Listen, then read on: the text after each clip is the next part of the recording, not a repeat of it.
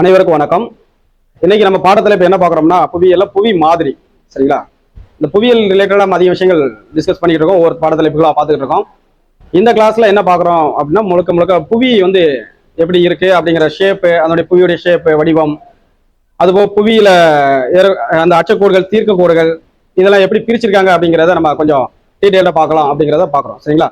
Okay, இந்த பாடம் ஃபுல்லாக பார்த்தீங்கன்னா இந்த சிக்ஸ்த்தில் கூட இருக்கும். சிக்ஸ்த்தில் இருக்க மாதிரி 11th பாடப்புத்தகத்திலேயே அந்த புவியை பற்றிய விஷயங்கள் எல்லாமே கொடுத்துருப்பாங்க. அது ரெண்டையும் நம்ம சேர்த்து தான் பார்க்க போகிறோம். புவி மாதிரி அப்படிங்கும் போது நமக்கு எல்லாத்துக்கும் தேவைப்படுறது மாதிரி அப்படின்னா அப்போ அந்த இடத்துல ஏதோ ஒரு வடிவம் வேணும். அப்படிங்கிறனால புவியின் வடிவம் என்ன அப்படின்னு தான் நம்மளுடைய கொஸ்டினாக இருக்கும். முதல் கொஸ்டின் அதான் இருக்கும். அப்போ புவியின் வடிவம் அப்படிங்கிறதுக்கு பல்வேறு ஆராய்ச்சியாளர்கள் பல விதமாக ஆராய்ச்சி பண்ணி ஒரு வடிவத்தை நமக்கு கொடுத்துருக்காங்க. இந்த புவியும் பார்த்தீங்கன்னா தட்டையான ஒரு வடிவம் கொண்டதா இருக்கும்.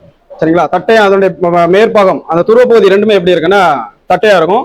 அதனுடைய சென்டர் பார்ட் எப்படி இருக்குன்னா அகன்று காணப்படும். அப்போ மத்திய பகுதியில் அகலமாகவும் துருவ பகுதியில் தட்டையா காணப்படுறதுனால இது ஒரு வகையில கோள வடிவத்தை கூட நம்ம எடுத்துக்கலாம். சரிங்களா? அப்போ புவியின் வடிவம் அப்படின்னு பார்க்கும்போது என்ன வடிவம் சொல்றோம்னா கோள வடிவமாக இருக்கலாம். கட்டாயம் கோளம் மாதிரி தான் இருக்கணும் அவசியம் கிடையாது. ஏன்னா கோளங்கிறது இந்த மாதிரி இருக்கும். நம்ம இதையும் புவிக்கு ஒரு வடிவமா எடுத்துக்கிறோம். அப்ப இந்த மையப்பகுதி ரெண்டு எப்படி இருக்கு? பெருசா இருக்கு. அந்த பாட்டு மையப்பகுதி பெருசா தடிமனாகவும் இந்த துருவ பகுதி ரெண்டு தட்டையா இருக்கனால கோள வடிவம் சொல்லலாம்.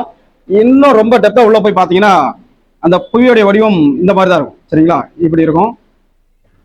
அந்த துருவ பகுதி ரெண்டும் ஷார்ட்டா இருக்கும். அப்ப அதனால இந்த வடிவத்துக்கு இன்னொரு பேர் என்ன சொல்றோம்னா ஜியாய்டு அப்படிங்கிற வார்த்தையா சொல்றோம். சரிங்களா? புவியின் வடிவம் என்ன வடிவம் சொல்றோம்னா ஜியாய்டு வடிவம் சொல்றோம். ஓகே, இதுதான் புவி அப்படிங்கிறத தெரிஞ்சிருச்சு. இப்போ புவியை பொறுத்தளவு சரிங்களா, இந்த வடிவத்தின் அடிப்படையில் நம்ம பிரிக்கிறோம். இப்போ புவியை எங்க இருக்கு அப்படிங்கிற மாதிரி பேசிக்கா கேட்டாங்கன்னா சூரிய குடும்பத்துல இருந்து நம்ம எடுத்து சொல்லலாம். சரிங்களா? புவியை பொறுத்தளவு சூரிய குடும்பத்துல இருந்து வரலாம். இப்போ சூரிய குடும்பத்துல மூணாவதா இருக்கக்கூடிய கோள் எதுன்னு பார்த்தோம்னா நம்ம உயிர் வாழக்கூடிய பூமி. சரிங்களா? இங்க இருக்கக்கூடிய அந்த அட்மாஸ்பியர், வளிமண்டலம், அடுத்து அந்த நிலம், நீர், இது எல்லாம் சேர்ந்து மனிதன் மற்றும் விலங்குகள் உயிர் வாழ்வதற்கு தேவையான ஒரு அடிப்படை காரணிகளா இருக்கு. ஓகே, இதுல சூரிய குடும்பத்துடைய மூணாவது கோள் யாருன்னா புவி தான். இந்த பூமியை பொறுத்தீங்கன்னா அடர்த்தியான கோள் சொல்லுவாங்க. சூரிய குடும்பத்துல ரொம்ப அடர்த்தி அதிகமான இருக்கக்கூடிய கோள் எதுனா நம்ம பூமி. இந்த பூமியை பத்தியான டீடைல்ஸ் கொஞ்சம் தேவைப்படுறதுனால இந்த இடத்துல இதை பார்க்க போறோம். சரிங்களா?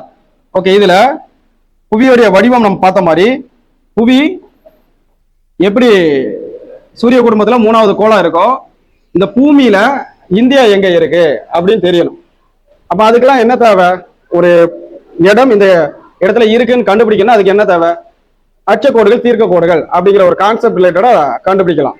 சும்மா நம்ம இந்த இடத்துல இருக்கு அப்படி நம்ம வாய் வார்த்தையா சொல்றதை விட இந்த லேட்டிடியூட், இந்த லாங்கிடியூட், இது சந்திக்கக்கூடிய இடங்கள்ல இருக்கக்கூடிய இடங்கள் இந்த நாட்டுக்கூடாது அப்படின்னு நம்ம என்ன பண்ண முடியும்? பிரிச்சு சொல்ல முடியும். அதை தான் நம்ம கொண்டு வரப்போறோம். அந்த புவியில் முதல் அச்ச மற்றும் தீர்க்க கோடுகளை வரைந்து காமித்தவர் யார் அப்படின்னு கேட்பாங்க. அப்படி கேட்டா அதுக்கு ஆன்சர் என்னன்னா தாலமி. சரிங்களா? 1 மார்க் கொஸ்டின். புவியில் அச்ச, தீர்க்க போன்ற கற்பனை கோடுகளை முதலில் வரைந்து காட்டியவர் யாருன்னா தாலமி. இப்ப புவியின் வடிவம் கோள வடிவம் சொன்னதுனால அந்த வடிவத்துல இருந்து இந்த அச்ச தீர்க்க கோடுகள் எந்த மாதிரிலாம் வரைஞ்சிருக்காங்க அப்படிங்கிறத நம்ம பார்க்க போறோம். ஃபர்ஸ்ட்ல நம்ம என்ன பார்க்க போறோம்னா அச்சக்கோடுகள். சரிங்களா? ஃபர்ஸ்ட்ல என்ன பார்க்க போறோம்? அச்சக்கோடுகள். இப்ப புவியின் வடிவம் கோள வடிவமா எடுத்துக்கும். புவியில் கற்பனையாக வரையப்பட்ட கோடுகள் தான் அச்சக்கோடுகள்.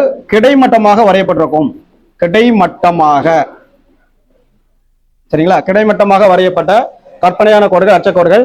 இது எப்படி இருக்கும்னா இப்ப நம்ம திசைகளின் அடிப்படையில் எடுத்தோம்னா இது வடக்கு, இது தெற்கு, கிழக்கு, மேற்கு இப்படி எடுத்துக்கிட்டோம்னா கிழக்கிலிருந்து மேற்காக வரையப்பட்ட கற்பனையான கோடுகளை நம்ம என்ன சொல்லுவோம்னா அச்சக்கோடுகள் சொல்றோம். சரிங்களா? கிழக்கிலிருந்து மேற்காக வரையப்பட்ட கற்பனையான கோடுகள் அச்சக்கோடுகள். இந்த அச்சக்கோடுகள் மொத்தம் எத்தனை அப்படிங்கிற நம்ம பார்க்க போறோம். அதாவது இப்ப சென்டர் பார்த்து பாருங்க, ரொம்ப பெருசா இருக்கு, பெரிய கோடா இருக்கு. மேல் நோக்கி போக போக போக போக என்ன ஆகுது? அந்த கோடுகளுடைய அந்த லென்த் சைஸ் என்ன ஆகுது? குறையுது. அதை பார்த்து அதை வச்சு நம்ம பார்க்கும்போது இந்த புவியின் மையப்பகுதியில் இருக்கக்கூடிய இந்த மிகப்பெரிய கோடுக்கு பேரு பூமத்திய ரேகை. பூமத்திய ரேகை அப்படின்னு நம்ம சொல்றோம். சரிங்களா? புவியின் மையத்துல இருக்கனால பூமத்திய ரேகை. இதை 0 டிகிரின்னு சொல்றோம். அப்புறம் இதுக்கப்புறம் பாருங்க 1 டிகிரி, 2 டிகிரி, 3 டிகிரின்னு இங்க ஒரு 90 டிகிரி வர இது வட துருவம். இதே தென் துருவத்துல பாருங்க 1 டிகிரி, 2 டிகிரி, 3 டிகிரின்னு அப்படியே பிரிச்சு லாஸ்ட் பாயிண்ட்ல என்ன பண்ணிருப்பாங்க, 90 டிகிரி வரை பிரிச்சிருக்கும். அவ்வளவுதான். இங்க ஒரு 90 டிகிரி, இங்க ஒரு 90 டிகிரி, இந்த மாதிரி கிடைமட்டமாக கிழக்கிலிருந்து மேற்காக வரையப்பட்ட கற்பனையான கோடுகள் தான் நம்ம என்ன சொல்றோம், அச்சக்கோடுகள் சொல்றோம். ஓகே, இது எதுக்கு நமக்கு பயன்படுகிறதுனா, இந்த கோடு எந்த நாட்டின் வழியாக போகுது அப்படிங்கிறத நம்ம சுட்டி காட்ட முடியும். சரிங்களா? இந்தியாவை வந்து இதோடைய நிலப்பரப்பு அடக்கிறதுக்கு நம்ம என்ன பண்றோம், இந்த அச்சக்கோடுகள் அப்படிங்கிற தலைப்பை தான் நம்ம அணுகணும். அச்சக்கோடுகள்ங்கிற தலைப்பு இல்லை அப்படின்னா யாருனாலும் தகவலை என்ன பண்ணலாம், மாத்தி மாத்தி சொல்ல முடியும். அந்த இடங்கள் மாறும், ஒரு இடம் கரெக்டான இடத்துல இல்லாம போகிறதுக்கான வாய்ப்புகள் இருக்கு. அப்ப அச்சக்கோடுகள் ரொம்ப ரொம்ப முக்கியமானது.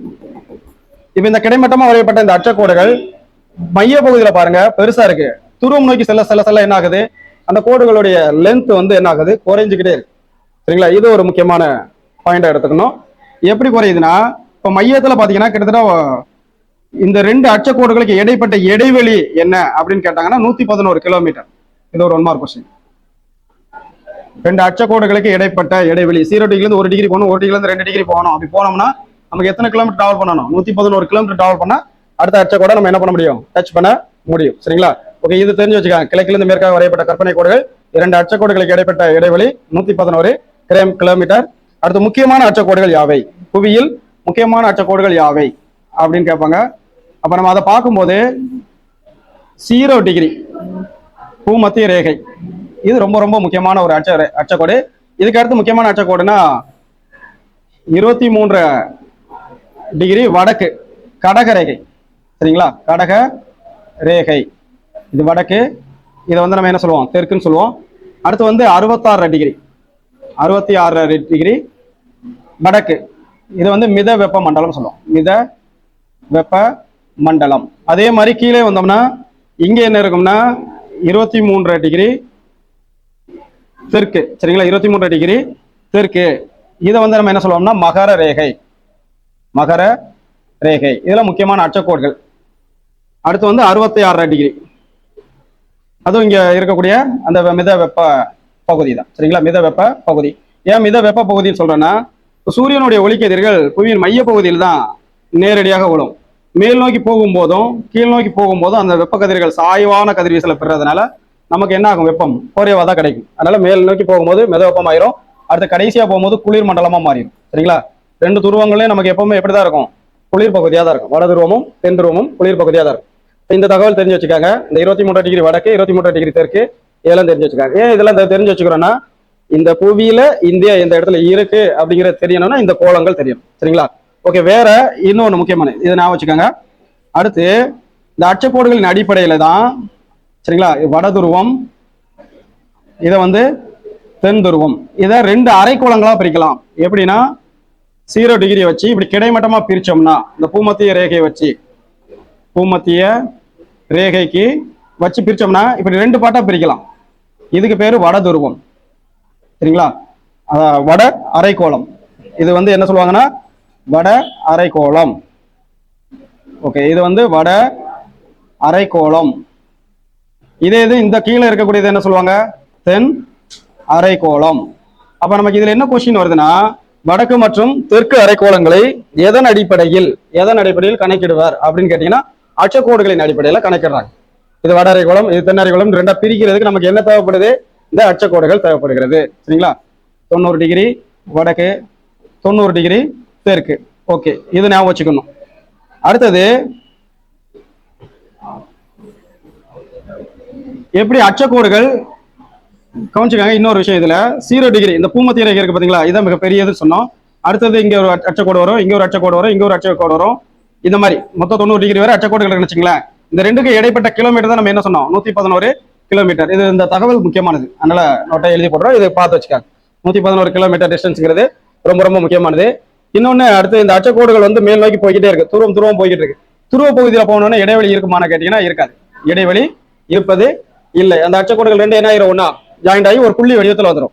அதன் அடிப்படையில ஒரு கொஸ்டின் இருக்கு, புவியில் உள்ள அச்சக்கோடுகளின் எண்ணிக்கை என்ன அப்படின்னு கேட்கிறாங்க. சரிங்களா? 90 டிகிரி வடக்கு, 90 டிகிரி தெற்கு, புவியில் உள்ள அச்சக்கோடுகளின் எண்ணிக்கை என்ன? அப்ப புவியில் உள்ள அச்சக்கோடுகளின் எண்ணிக்கை கண்டுபிடிக்கணும்னா இந்த 1 டிகிரில இருந்து ஆரம்பிப்போம். 1 டிகிரில இருந்து மேல் வர இருக்கு, அதே மாதிரி இங்கேயும் 1 டிகிரில ஆரம்பிச்சு கீழே தெற்கு வர இருக்கு. இது ரெண்டையும் நம்ம பார்க்க போறோம். அப்ப இதுல பார்க்கும்போது இந்த 90 டிகிரி வந்து ஒரு டாட் லைனா இருக்கும், ஒரு கோடு மாதிரி இல்லாம புள்ளி வடிவத்துக்கு போயிடும். அந்த துருவமும் அப்படிதான், கீழே தென் துருவமும் அப்படிதான். அப்போ 1ல இருந்து 89 வரை கோடுகள் காணப்படுகின்றன. இங்கே 1 டிகிரில இருந்து 89 வரை கோடுகள் காணப்படுகின்றன. சரிங்களா? மொத்தம் 178 கோடுகள் இருக்கு. இது போக இந்த புள்ளி 0 டிகிரி இருக்கு பாத்தீங்களா, 0 டிகிரி, இது ஒரு கோடு 179. அடுத்து புள்ளி வடிவில் 2 இது இருக்கு, கோடை இல்லாம புள்ளியை சேர்த்து நம்ம வச்சிருக்கோம். இது எல்லாத்தையும் சேர்த்தோம்னா புவியில் வரையப்பட்ட கற்பனையான அச்சக்கோடுகளின் எண்ணிக்கை எவ்வளவுன்னா 181. இதெல்லாம் எதுக்கு இவ்வளவு தகவல்னா, வட அரைக்கோளத்துல எந்தெந்த நாடுகள் இருக்கு, தென் அரைக்கோளத்துல எந்தெந்த நாடுகள் இருக்கு அப்படிங்கிறது எல்லாமே எளிமையா தெரிஞ்சுக்கிறதுக்காக நம்ம இது பார்க்கறோம். சரிங்களா? இது அச்சக்கோடுகள் அப்படிங்கிற தலைப்புல நம்ம பார்த்தோம். அடுத்தது தீர்க்க கோடு. அடுத்தது வந்து தீர்க்க கோடு. தீர்க்க கோடை பொறுத்தளவு ரொம்ப எளிமையா பார்க்கலாம். இந்த தீர்க்க கோடு வந்து தெற்கில் இருந்து வடக்காக, சரிங்களா, தீர்க்க கோடுகளை பொறுத்தளவு வடக்கில் இருந்து தெற்காக, வடக்கு ஆரம்பிச்சு தெற்காக, அதாவது மேலிருந்து கீழாக வரையப்பட்ட கற்பனையான கோடுகளுக்கு பேர் தான் தீர்க்க கோடுகள் சொல்லுவோம். தீர்க்க கோடு. ஓகே, இது எதுக்கு பயன்படுகிறது அப்படின்னு பார்த்தோம்னா, டைம், மணி, நேரத்தை கணக்கிட நமக்கு என்ன தேவைப்படுது? தீர்க்க கோடு வேணும். ஒரு நாளை கணக்கிடணும், நேரத்தை கணக்கிடணும், நம்ம எந்த கோடை வச்சு பார்க்குறோம்? தீர்க்க கோடை வச்சு தான் பார்க்குறோம். சரிங்களா? ஓகே, அப்ப இதுல வந்து பார்க்கும்போது 0 டிகிரி சென்டர் பார்ட்டா எடுத்துட்டோம்னா இதுல இருந்து கிழக்கு பகுதி நோக்கி, இதான் கிழக்கு, 180 டிகிரி வரை காணப்படும். இதே மாதிரி மேற்கு பகுதின்னு எடுத்துட்டீங்கன்னா 180 டிகிரி மேற்கு வர கோடுகள் காணப்படும். அப்ப 0 டிகிரில இருந்து இங்க ஒரு 180, இங்க ஒரு 180, ஆக மொத்தம் 360 தீர்க்க கோடுகள் காணப்படுகின்றன. புவியில் கற்பனையாக வரையப்பட்ட அந்த தீர்க்க கோடுகளுடைய எண்ணிக்கை எத்தனை இருக்குன்னா 360. சரிங்களா? இது ஒரு தகவலா ஞாபகம் வச்சுக்காங்க. அங்க 181 கோடுகள் சொன்ன அச்சக்கோடுகள், இங்க 360 சொல்றோம். அதுக்கான காரணம் என்னன்னா, இந்த 180 டிகிரி கிழக்கும் 180 டிகிரி மேற்கும் ரெண்டும் ஒருங்கிணைக்கப்பட்டது. நம்ம இந்த கோள வடிவத்தை பிரிச்சு வச்சிருக்கோம்.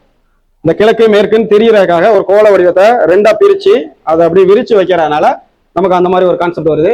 அப்ப 180 டிகிரி மேற்கு, 180 டிகிரி கிழக்கு, இந்த ரெண்டையுமே பார்க்கும்போது 180 டிகிரி ரெண்டும் ஒரு கோடு தான். அதனால நமக்கு மொத்தம் எத்தனை கோடு தான் வரும்? 360 கோடுகள் வரும். இதுவும் ஒரு கொஸ்டின்ல கேட்பாங்க, தீர்க்க கோடுகளின் எண்ணிக்கை எவ்வளவு அப்படின்னு கேட்டா 360. இந்த தீர்க்க கோடை பொறுத்தளவு இந்த மாதிரி பார்த்து வச்சுக்கணும். இப்ப சென்று பார்த்தா நம்ம வடக்குல இருந்து தெற்கா பிரிக்கும் போது வடக்கு தெற்கு, இது கிழக்கு, இது மேற்கு. சரிங்களா? இந்த சைடா வந்து 2 பார்ட்டா பிரிக்க பாத்தீங்களா? அதாவது இந்த பக்கம் இருக்கிறது என்ன சொல்லுவோம்? கிழக்கு அரைக்கோளம். இந்த பக்கம் இருக்கிறது என்ன சொல்லுவோம்? மேற்கு அரைக்கோளம்.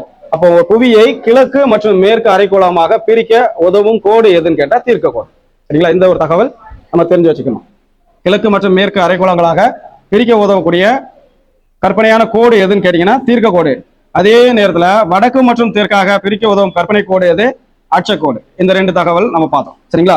ஓகே, தீர்க்க கோடுகள்ல வேற என்ன முக்கியமான தகவல் இருக்கு அப்படின்னா, அந்த டயத்தை கணக்கிடுறோம் அப்படிங்கிறதுனால ஒவ்வொன்றுக்கும் ஒரு கால்குலேஷன் இருக்கு. சரிங்களா? இந்த தீர்க்க கோடுகள் இப்போ புவியின் மையப்பகுதி 0 டிகிரி, அடுத்து 1 டிகிரி கிழக்கு, அப்படியே போகும், கடைசியா 180 டிகிரி கிழக்கு வர வரும். சரிங்களா?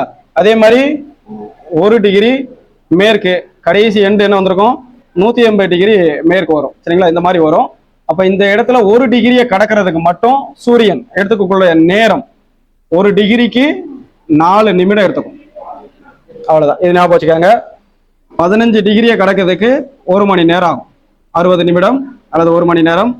360 டிகிரியும் சூரியன் கடக்கிறதுக்கு 24 மணி நேரம் ஆகும், 1440 நிமிடங்கள். அப்ப இதுதான் ஒரு கூடுதல் தகவலா வச்சுக்கணும். அந்த அச்சக்கோடு தீர்க்க கோடுகளை பொறுத்தளவு அந்த அச்சக்கோடுகள் வந்து பார்க்கும்போது என்ன ஆகுனா, மையத்துல பெருசாகவும் துருவம் நோக்கி போகும்போது சின்னதாகவும் ஆகுதுன்னு சொன்னோம். இங்க அப்படி கிடையாது, எல்லா கோடும் சம நீளமா இருக்கும். அதனால அந்த தீர்க்க கோடு வந்து சம நீள கோடுகள் அப்படிம்பாங்க. சம நீள கோடுகள் எங்கேயுமே அதனுடைய இது வந்து சின்னது பெருசு அப்படிங்கிறது மாறாம வடக்குல இருந்து தெற்கு நோக்கி போறதுனால அந்த கோடுகள் எல்லாமே சமநீள கோடுகளா இருக்கும். இந்த சமநீள கோடுகள் திரும்ப பின் சைடில் இருக்கக்கூடிய அடுத்த நாடுகளுக்கும் அப்படி கண்டினியூ ஆகும். அதனால இது சமநீள கோடுகள் அப்படிங்கிற ஒரு வார்த்தையை சொல்றோம். இது எங்கேயுமே என்ன பண்ணாது, இது எல்லாமே துருவ பகுதியில போய் இணையும். அது ஒரு முக்கியமான தகவல். சரிங்களா? இந்த கோடுகள் அனைத்தும், தீர்க்க கோடுகள் அனைத்தும் எங்கே போய் இணையும் அப்படின்னு கேட்பாங்க. இப்ப இந்த இடத்துல இருந்து இப்படிதான் பிரியும். படம் அப்படி வரைஞ்சோம், இப்படிதான் பிரியும். சரிங்களா? இந்த மாதிரி பிரிஞ்சு பிரிஞ்சு பிரிஞ்சு வரும். இதை ஒரு கோள வடிவ ஷேப்ல பார்க்கும்போது தெரியும். இது எல்லாம் எந்த இடத்துல போய் ஜாயிண்ட் ஆகுது? ஒரே பாட்டா துருவ பகுதியில போய் ஜாயிண்ட் ஆகுது. சரிங்களா? வட துருவம். இதை நம்ம தென் துருவம்னு எடுத்துட்டோம்னா இந்த தீர்க்க கோடுகள் தான் இதோடைய பண்பா இருக்கும். தீர்க்க கோடுகள் எந்த இடத்துல சந்திக்கும்? துருவ பகுதியில சந்திக்கின்றன, மீண்டும் போய் சந்திக்குது. ஆனா அச்சக்கோடுகள் சந்திப்பதில்லை, அப்படி கிடைமட்டமா இருக்கனால அதை வந்து சந்திக்காத ஒரு கோடா பார்க்கறோம். சரிங்களா? ஓகே, அடுத்தது இந்த அச்ச தீர்க்க கோடுகள் எந்த இடத்துல ரெண்டும் ஒன்னா சந்திக்குது அப்படிங்கிற ஒரு தகவல். இப்போ 0 டிகிரி பூமத்திய ரேகைன்னு சொன்னோம். அதே மாதிரி 0 டிகிரி தீர்க்க கோடு, இது அச்சக்கோடு, இது தீர்க்க கோடு. இந்த ரெண்டு எங்க சந்திக்குது அப்படின்னு பார்க்கும்போது இந்த மேல இருந்து இங்க சந்திக்குது அப்படின்னு சொல்லலாம். ஆனா இங்க எந்த இடத்துல சந்திக்குதான்னு பாத்தீங்கன்னா இங்கேயும் அச்சக்கோடு இருக்கும், தீர்க்க கோடு இருக்கும். ஆனா ரெண்டு எந்த இடத்துல மையப்பாட்டா சந்திக்குது? 0 டிகிரில ஆரம்பிச்சு அங்கும் 0 டிகிரில ஆரம்பிச்சு சந்திக்கக்கூடிய ஒரு பாட்னா இந்த இடம் தான். அதனால இது கேட்டாங்க அப்படின்னா அட்லாண்டிக் பெருங்கடல்ல இருக்கக்கூடிய ஒரு இடம் தான். சரிங்களா? அட்லாண்டிக். இந்த இடத்துல ஒரு கண்டம் இருக்கும், ஆப்பிரிக்கா கண்டம். அப்ப ஆப்பிரிக்கா கண்டத்தோடைய தென்மேற்கு பகுதி, தென்மேற்கு ஆப்பிரிக்கா, தென்மேற்கு ஆப்பிரிக்கா இந்த இடத்துலதான் சந்திக்குது. சரிங்களா? அச்சக்கோடும் தீர்க்க கோடும் சந்திக்கக்கூடிய இடம் எதுன்னு கேட்டா அட்லாண்டிக் பெருங்கடல் இருக்கக்கூடிய தென்மேற்கு ஆப்பிரிக்கா அப்படிங்கிற இடத்துல சந்திக்குது. ஓகே, இதெல்லாம் தெரிஞ்சு வச்சுக்காங்க. இந்த மாதிரி மேப் மைண்டா தெரிஞ்சிச்சுன்னா நமக்கு எழுதுறது வைக்கிறது எல்லாமே எப்படி இருக்கும்னா ஈஸியா இருக்கும். சரிங்களா? சரி, அடுத்து வந்து நம்ம இதுல என்ன பார்க்க போறோம்னா டயத்தை கால்குலேட் பண்றது, தீர்க்க கோடை வச்சு பார்க்கலாம் அப்படிங்கிறாங்க. அதையும் நம்ம பார்க்க போறோம். அதை பார்க்கறதுக்கு முன்னாடி இந்தியாவுடைய அமைவிடம், இந்த புவியில இந்தியாவுடைய அமைவிடம் அச்ச தீர்க்க கோடின் அடிப்படையில் எங்க இருக்கு? இப்ப நம்ம இவ்வளவு நேரம் பார்த்தோம் அச்சக்கோடு தீர்க்க கோடு பார்த்தோம். எதுக்குன்னா ஒரு நாடு எந்த இடத்துல இருக்கு அப்படிங்கிறத பாக்குறதுக்கும் நேரத்தை கணக்கிடுறதுக்கு தான் அந்த அச்ச தீர்க்க கோடு பார்த்தோம். அப்ப அதனுடைய பெனிஃபிட், அதனுடைய பயன் நமக்கு தெரியணும்னா அப்ப இந்தியாவுடைய அமைவிடம் அல்லது தமிழ்நாட்டின் அமைவிடம் எதனால் பார்க்கலாம். அப்ப இந்தியாவுடைய அமைவிடம் இந்த கிளாஸ்ல நம்ம பார்க்க போறோம். இந்தியாவுடைய அமைவிடம் எங்க இருக்கு அப்படிங்கிறது அச்ச தீர்க்க கோட்டின் அடிப்படையில் நம்ம எடுத்து வச்சிருக்கோம். சரிங்களா? இப்ப எப்படி ஆரம்பிக்கும்னா 8 டிகிரி 4 டேஷ் வட அச்சம் முதல் 8 டிகிரி 4 டேஷ் வட அச்சம் முதல் 37 டிகிரி 6 டேஷ் வட அச்சம் வரை. சரிங்களா? அச்சம் வரை 68 டிகிரி 7 டேஷ் கிழக்கு தீர்க்கம் முதல் 97 டிகிரி 2 டேஷ் கிழக்கு தீர்க்கம் வரை இந்தியா அமைஞ்சிருக்கு. சேட்டலைட் ரிப்போர்ட் படி இந்தியாவுடைய எல்கைகளை எடுக்கும்போது வட அச்சத்துல 8 டிகிரி 4 டேஷ்ல இருக்கு. தென் அச்சம்னு எடுத்துட்டீங்கன்னா 37 டிகிரி 6 அதாவது 37 டிகிரி 6 டேஷ். சரிங்களா? இந்தியாவுடைய அமைவிடம் இந்தியாவில் உலகத்துல பார்க்கும்போது 8 டிகிரி 4 டேஷ் வட அச்சத்துல ஆரம்பிச்சு 37 டிகிரி 6 டேஷ் வட அச்சத்துல வர இருக்கு. அது மாதிரி தீர்க்கம்னு ஆரம்பிக்கும் போது 68 டிகிரி 7 டேஷ் அப்படிங்கிறதுல ஆரம்பிச்சு 97 டிகிரி 2 டேஷ் கிழக்கு தீர்க்கத்துல முடியும். இந்த தகவலை மனப்பாடம் பண்ணணும் கட்டாயமா. ஏன்னா இந்தியாவுடைய அமைவிடம்ங்கிறது இதுதான். இதை மனப்பாடமா ஞாபகம் வைக்கணும். இது ஒரு ஷார்ட்கட்டா நம்ம ஞாபகம் வைக்கிறதுக்கு சின்ன விஷயம் தான். இந்த மாதிரி ஞாபகம் வச்சு பாருங்க, ஈஸியா இருக்கும். இது எப்படி எழுதலாம்னா 8 7 8 7 இதை மட்டும் ஞாபகம் வச்சுக்கலாம். இந்த 2 நம்பர் மட்டும் 8 7 8 7 மட்டும் ஞாபகம் வச்சிட்டீங்கன்னா அடுத்து என்ன பண்ணலாம்னா இங்க 0 போட்டுட்டு அடுத்து 3 3 கூட்டலாம். 3 6 9 அவ்வளவுதான். சரிங்களா? மேல உள்ளது வந்துருச்சா? 8 7 8 7 இதை தான் நம்ம போட்டோம். அடுத்து 3 3 கூட்டுற மாதிரி 0 போட்டு 3 6 9 போட்டுட்டோம். இது பக்கத்துல இருக்கிறது நம்ம அழகா கொண்டு வந்துடலாம். 8 degree 4 dash 37 degree 6 dash 68 degree 7 dash 97 degree 2 dash. இது இந்த மணி நேரத்தை கணக்கிட்டு இந்த பாகையின் அடிப்படையில் இதை பிரிச்சு கொடுத்துருக்கான். இதுதான் இந்தியாவுடைய அமைவிடம். ஓகே, இதை வச்சு பார்க்கும்போது உலகத்துல இந்தியா எந்த இடத்துல இருக்கும் அப்படிங்கிறத நம்ம என்ன பண்ண போறோம்? கண்டுபிடிக்க போறோம். சரிங்களா? இந்த 8 டிகிரி 4 டேஷ் 25 டிகிரி தீர்க்கம்லாம் சொல்லிருக்காங்கல்ல, இதை வச்சு நம்ம கண்டுபிடிக்க போறோம். நீங்களே கண்டுபிடிக்கலாம். ஒரு மைண்ட் மேப் மாதிரி வச்சுக்காங்க. கோள வடிவத்தில் இருக்கக்கூடிய பூவியில இந்த வட அச்சத்துல இந்தியா இருக்குன்னு சொல்றோம். அப்ப நம்ம அச்சக்கோடை ஃபர்ஸ்ட் போடுவோம். அச்சக்கோடுல போடும்போது எத்தனை இது வந்துடும்? இது பார்த்து 0 டிகிரின்னு பிரிச்சிடலாம். சரிங்களா? இது வந்து எத்தனை டிகிரி? 0 டிகிரின்னு பிரிச்சிடலாம். இப்போ இது வட பகுதி, இது தென் பகுதி. வட தென், இது வந்து கிழக்கு, இது மேற்கு. அப்ப இதை வச்சு நம்ம பார்க்கும்போது நமக்கு என்ன தெரிஞ்சிருச்சு? இந்தியாவுடைய அமைவிடம் வட அச்சத்துல இருக்கு. வட அச்சத்துல இருக்குன்னா இங்கதான் இருக்கு. அப்ப இங்க இல்ல, இந்தியா தென் அச்சத்துல இல்ல அப்படிங்கிறத தெரிஞ்சிருச்சு. ஒரு தகவல் தெரிஞ்சிருச்சு. சரிங்களா? இந்தியா வட அச்சத்துல இருக்கு. அப்ப வட அரைக்கோளத்துல ஏதோ ஒரு இடத்துல இருக்கு அப்படிங்கிறத நம்ம கண்டுபிடிக்கிறோம். அடுத்து தீர்க்கத்துல போகும்போது கிழக்கு தீர்க்கம் அப்படின்னு சொல்றோம். அப்ப நம்ம தீர்க்க கோடுகள் போடும்போது சென்டரா போடுவோம். 0 டிகிரி வச்சு பிரிச்சோம்னா இங்க உள்ளது கிழக்கு பகுதி, இது வந்து மேற்கு பகுதி. அப்ப இந்த பாட்டுலயும் யார் இல்ல? இந்தியா இல்ல. இந்த ரெண்டு தகவலும் தெரிஞ்சிருச்சு. அப்ப இந்தியா எங்க தான் இருக்கு? வட அரைக்கோளம் கிழக்கு தீர்க்கம், வட அரைக்கோளம் கிழக்கு தீர்க்கம். அப்ப இந்த பாட்டுக்குள்ளதான் யார் இருக்கா? நம்ம வாழக்கூடிய இந்தியா காணப்படுகிறது. சரிங்களா? இது தெரிஞ்சு வச்சுக்காங்க. இந்த பாட்டுக்குள்ள இருக்கு. இதை அச்சக்கோடுகளின் அடிப்படையை பிரிச்சிங்கன்னா 8 டிகிரியில் பிரித்தோம் அப்படின்னா இந்த இடத்துல ஆரம்பிக்கும். 37 டிகிரியில் வருதுன்னா இப்போ இந்த இடத்துல வருது. அதே மாதிரி 68 டிகிரி அப்படின்னு போகும்போது இங்கே வரும். 97 டிகிரிங்கிறது இங்கே வரும். அப்போ இந்தியா பர்டிகுலராக எங்கே இருக்கு? இந்த இடத்துல காணப்படும். இதுதான் இந்தியாவுடைய அமைவிடம் அப்படின்னு கண்டுபிடிக்க சொன்னா நம்ம இந்த மாதிரி அச்சக்கோடுகள் தீர்க்க கோடுகளை வச்சு ஈஸியாக என்ன பண்ண முடியும்? கண்டுபிடிக்க முடியும். புரியுதா அது? அப்ப இந்தியாவுடைய இது வந்து வட அரைகோளத்துல கிழக்கு தீர்க்கத்துல காணப்படுகிறது.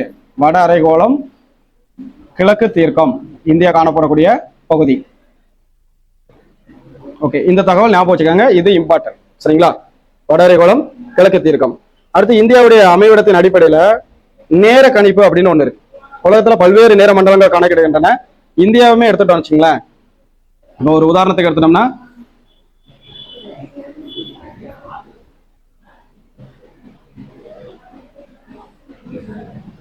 இந்தியா ஒரு உதாரணமா நம்ம இந்தியா இந்த மாதிரி மேப்ல வச்சுக்கிட்டோம்னா இந்தியாவை பொறுத்தளவு இந்த 8 டிகிரின்னு சொன்னோம் பாத்தீங்களா? இதுதான் 8 டிகிரி 4 டேஸ் இந்த பகுதியில் ஆரம்பிச்சு 37 டிகிரி 37 டிகிரி 6 டேஸ். சரிங்களா? 37 டிகிரி 6 டேஸ் இங்க வரும். அதே மாதிரி மேற்கு பகுதின்னு எடுத்துக்கும் போது இந்தியாவுடைய மேற்கு பகுதின்னு எடுக்கும்போது 68 டிகிரி 7 டேஸ், கிழக்கு பகுதின்னு எடுக்கும்போது 97 டிகிரி 2.5 டேஸ் பாகையில் எடுக்கும்போது இந்த மாதிரி வரும். இதுதான் இந்தியா. இப்போ இந்தியாவுடைய நேரத்தை நம்ம கணக்கிடணும். இந்தியாவுடைய நேரத்தை கணக்கிடுறதுக்கு நமக்கு என்ன தேவைன்னா திட்ட நேரம் அப்படிங்கிறது தேவை.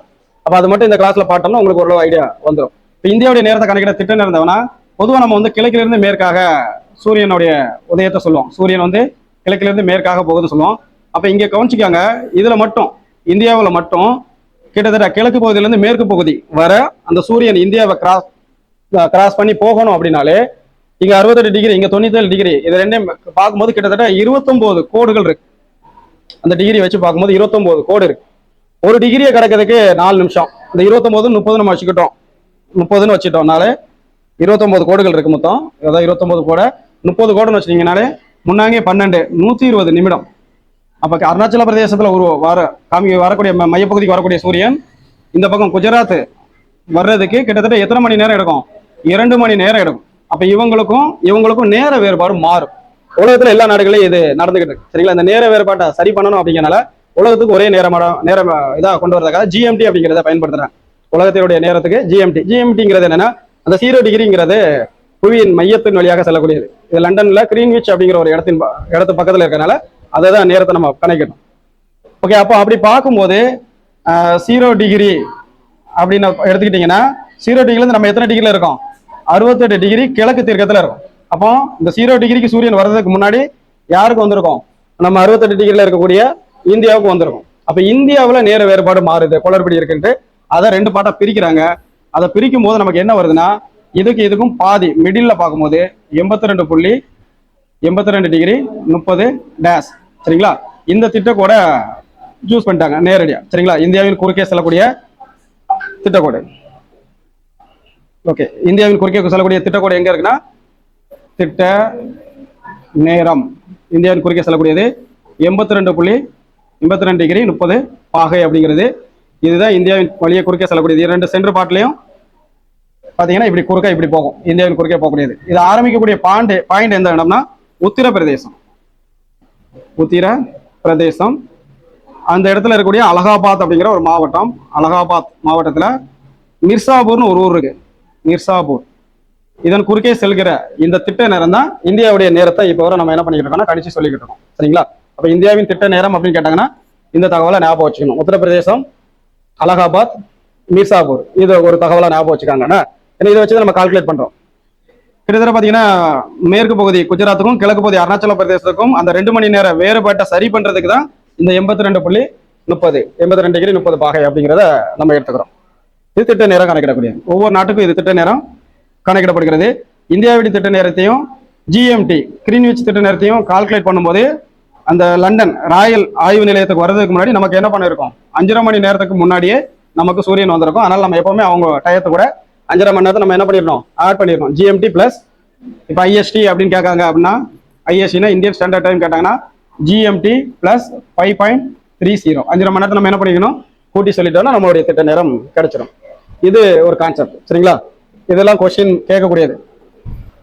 82.30 அடுத்து உத்தரப்பிரதேசம், அலகாபாத், மிர்சாபூர். அடுத்து இன்னொரு தகவல் என்னன்னா இந்தியாவின் குறுக்கே செல்லக்கூடிய இன்னொரு முக்கியமான கோடு அச்சக்கோடு எது அப்படின்னு கேட்பாங்க. இப்ப இந்தியாவின் குறுக்கே செல்லக்கூடிய இன்னொரு முக்கியமான அச்சக்கோடு எதுனா அச்சக்கோடு. சரிங்களா? அச்சக்கோடுகள்ல முக்கியமான ஒரு கோடு எது அப்படின்னு கேட்டாங்கன்னா 23 டிகிரி வடக்குல இருக்கக்கூடிய கடகரேகை.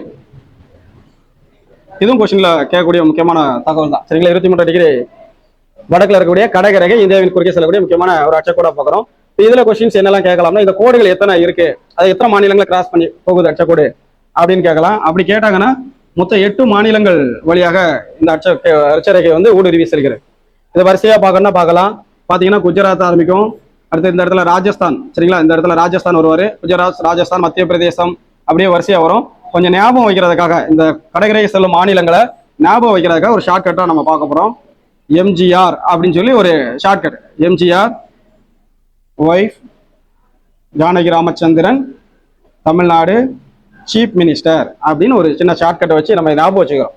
ஏன்னா கடற்கரை செய்யும் மாநிலங்களை பொறுத்து வேறுபடுத்துக அப்படின்னு கேட்கலாம். அதுக்காக வரிசையா சொல்லணும்னா வரிசையா பார்த்துக்கலாம். பட் இந்த மாதிரி ஷார்ட்கட் ஈஸியா இருக்கும். எம்ஜிஆர் ஒய்ஃப் ஜானகி ராமச்சந்திரன், தமிழ்நாடு சிஎம் அப்படின்னு பார்க்கும்போது எம்னா என்னது? மத்திய பிரதேசம். சரிங்களா? இங்க இருந்து ஆரம்பிக்கும். மத்திய பிரதேசம். ஜீனா குஜராத், ஆர்னா ராஜஸ்தானு, டபிள்யூனா மேற்கு வங்காளம் வெஸ்ட் பெங்கால், ஜேனா ஜார்க்கண்டு, டீனா திரிபுரா, சீனா சத்தீஸ்கர், எம்னா மிசோரம். சரிங்களா? இப்போ இந்த வச்சு நம்ம ஒரு கொஸ்டின் கேட்டா ஆன்சர் பண்ணிடலாம். கடற்கரை செல்லக்கூடிய முக்கியமான மாநிலங்கள் அப்படின்னு பார்க்கும்போது இந்த 8 மாநிலங்களை நம்ம பார்க்கலாம். ஓகே, இப்போ நம்ம இந்த வகுப்புல நம்ம என்ன பார்த்தோம் அப்படின்னா பொதுவாக புவி மாதிரினா என்னன்னு பார்த்தோம். அந்த கோள வடிவத்தை பத்தி பார்த்தோம். அச்சக்கோடு தீர்க்க கோடுகள் முக்கியமான பயன் அப்படிங்கிறத பார்த்தோம். அதை வச்சுதான் ஒரு நாடு எங்க இருக்குங்கிறத கண்டுபிடிச்சோம். அப்ப இந்தியாவுடைய அச்சரேகை என்னங்கிறத கண்டுபிடிச்சு சொல்லி கொடுத்தோம். அது எப்படி ஷார்ட்கட்டா எழுதணுங்கிறதையும் பார்த்தோம். அடுத்து தீர்க்க கோடு எங்க எதன் வழியாக இந்தியாவின் குறுக்கே செல்லக்கூடிய தீர்க்க கோடை பார்த்தோம். அடுத்து இந்தியாவின் குறுக்கே செல்லக்கூடிய அச்சரேகை பார்த்தோம். சரிங்களா? இதெல்லாம் இம்பார்ட்டன்ட் முக்கியமான தகவல்கள் தான். முக்கியமான தகவல்கள் கேட்கும்போது உங்களுக்கு பார்க்கறதுக்கு எளிமையா இருக்கும். ஓகே, இது போன்ற நம்ம அடுத்த வகுப்புல இதனுடைய தொடர்ச்சியை வந்து நம்ம பார்ப்போம். மீண்டும் சந்திப்போம்.